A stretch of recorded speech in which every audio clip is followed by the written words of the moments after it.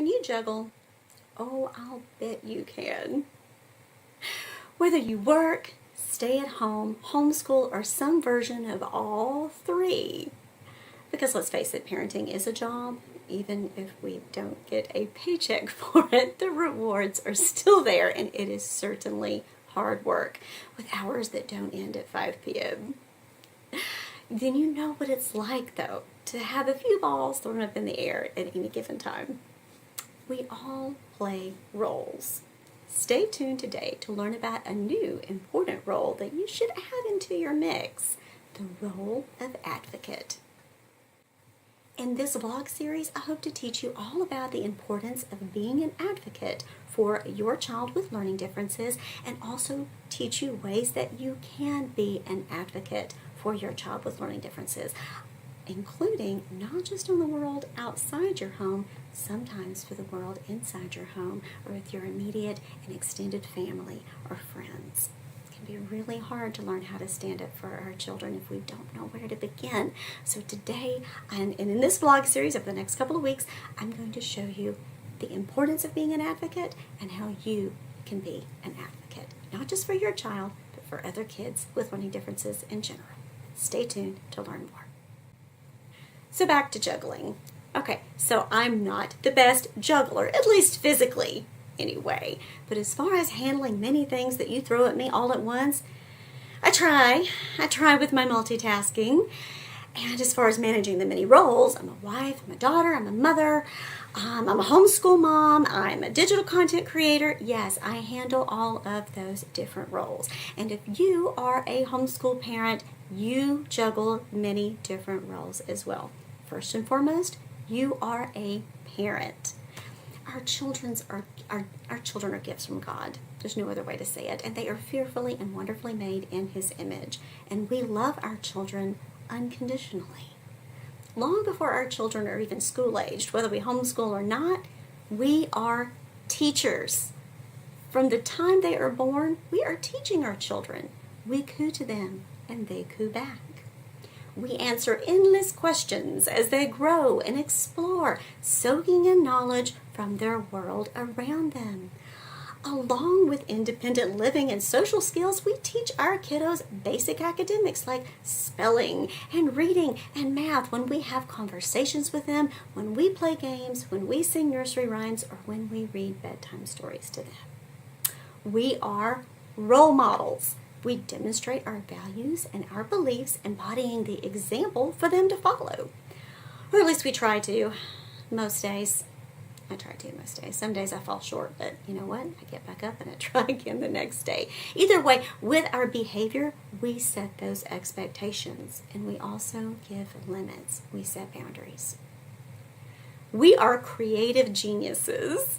We can pull together a birthday party to rival a Pinterest pro, or create a Halloween costume from household items at a moment's notice.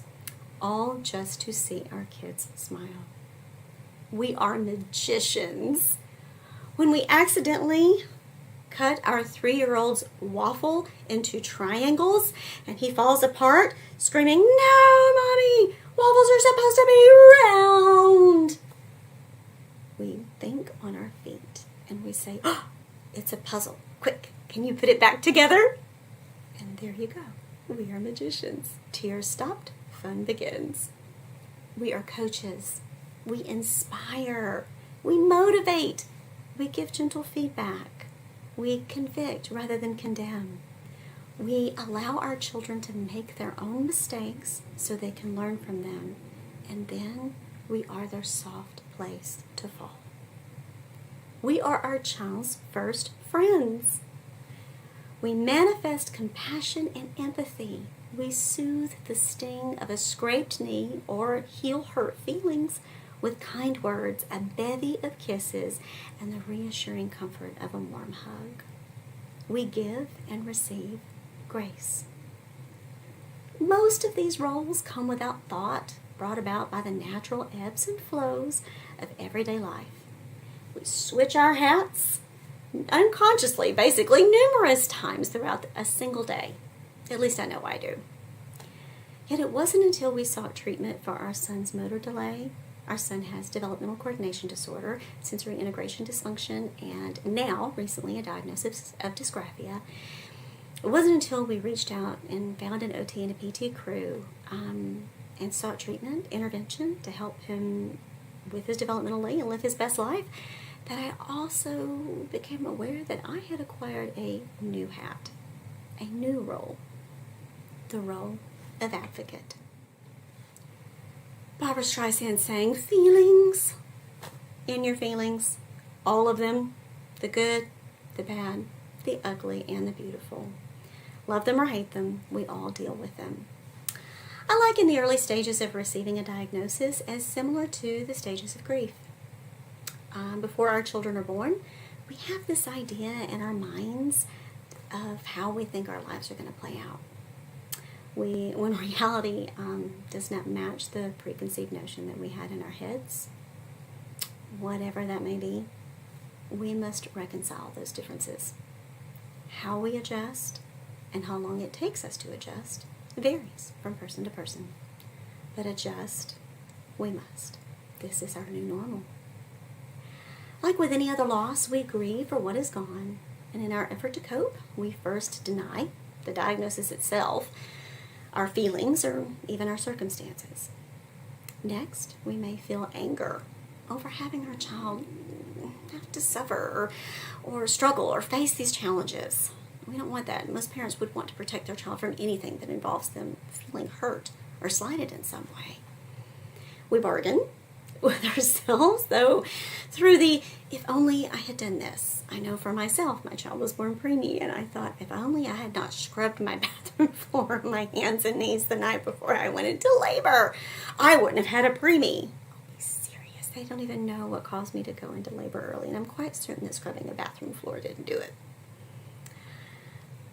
We also add in what-if statements, kind of in sort of a magical thinking attempt to wish the diagnosis away.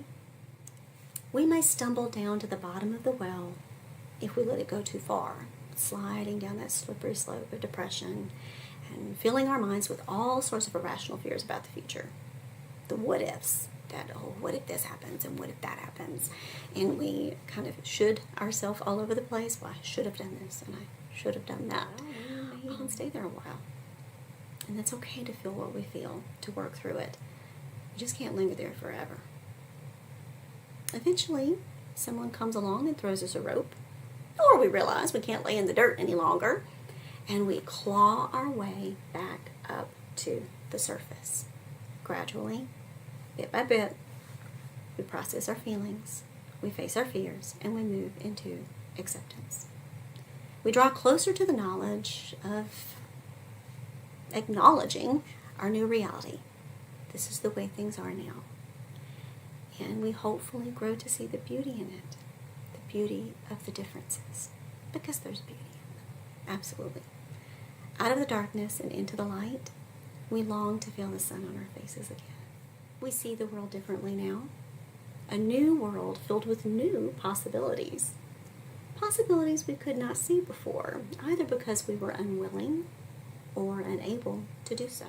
As a mom who's now on the other side of that experience of having a child go through the assessment process and be diagnosed with a learning disability and with a neurodevelopmental condition, for me, I think it was the reason I couldn't see the world of this new world of possibilities. For me, I think my mental block for it was I simply wasn't looking for a new world of possibilities.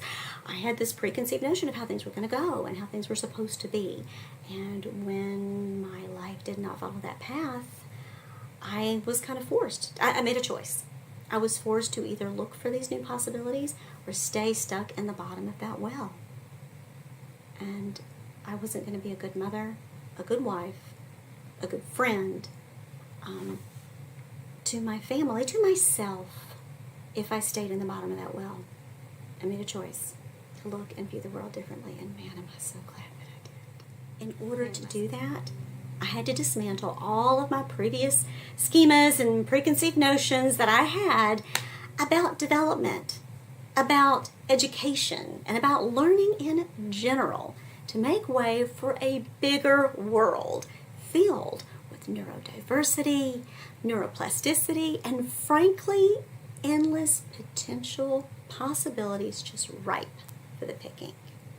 But I had to choose that mindset. Once you get there, you see the world through different eyes. And once seen, it cannot be unseen.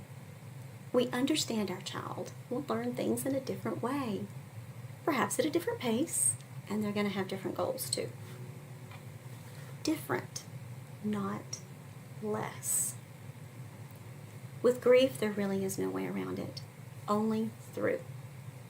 Give yourself grace, permission to feel whatever you feel, good, bad, ugly, beautiful.